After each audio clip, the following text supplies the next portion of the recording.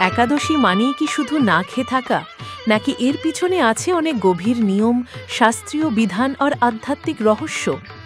আজ আমরা জানব একাদশী তিথির সঠিক উপবাস পদ্ধতি ও এর পেছনের যুক্তি। একাদশী তিথি কি? একাদশী হল চান্দ্র মাসের ১১তম তিথি, যা প্রতিপক্ষের শুক্ল ও কৃষ্ণপক্ষ দুটোতেই পড়ে। এই তিথি ভগবান বিষ্ণুর জন্য উৎসর্গীকৃত। বলা হয় এই দিনে উপবাস করলে জন্ম জন্মান্তরের পাপ দূর হয়।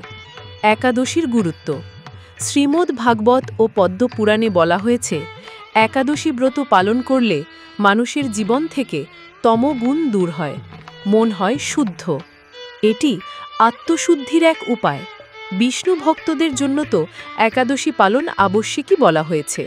উপবাসের নিয়ম। উপবাস মানেই শুধু না খাওয়া নয়। একাদশীর আগের দিন অর্থাৎ দশমীতে হালকা সাত্ত্বিক আহার করতে হয়। উপবাস শুরু হয় সূর্যোদয়ের আগে থেকেই।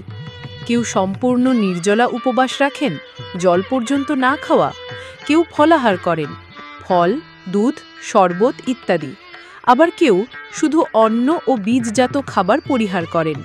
এই দিনে চাল, ডাল, গম, মসুর, বেগুন, পেঁয়াজ, রসুন নিষিদ্ধ। ব্রহ্মচার্য পালন, ক্রোধ দমন, বেশি ঘুম ও অলসতা থেকে বিরত থাকা জরুরি। কি করা উচিত একাদশীতে? শ্রী বিষ্ণুর নামস্মরণ, গীতা পাঠ, ভজন কীর্তন, উপবাস এগুলো পালন করা উচিত।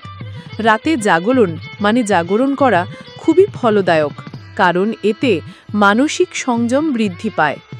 দ্বাদশী তিথিতে সূর্যোদয়ের পর উপবাস ভঙ্গ করতে হয়, সেটা ব্রাহ্মণ সেবা বা অনাহারীকে খাওয়ানোর মাধ্যমে। একাদশীতে কি ভুল করবেন না? অন্যকে কষ্ট দেওয়া, মিথ্যা কথা বলা, গালাগালি তর্ক এগুলো এড়িয়ে চলতে হবে। টিভি দেখা, মোবাইলে অযথা সময় নষ্ট করাও উচিত নয়। ঘুম ও অলসতা থেকে দূরে থাকুন, মনকে নিয়ন্ত্রণ করুন। শেষ কথা, একাদশী শুধু একটা রিচুয়াল নয়, এটা এক ধরনের মানসিক সুচিতা অর্জনের উপায়। সঠিকভাবে পালন করলে জীবনে শান্তি ও ভক্তি দুটোই আসে।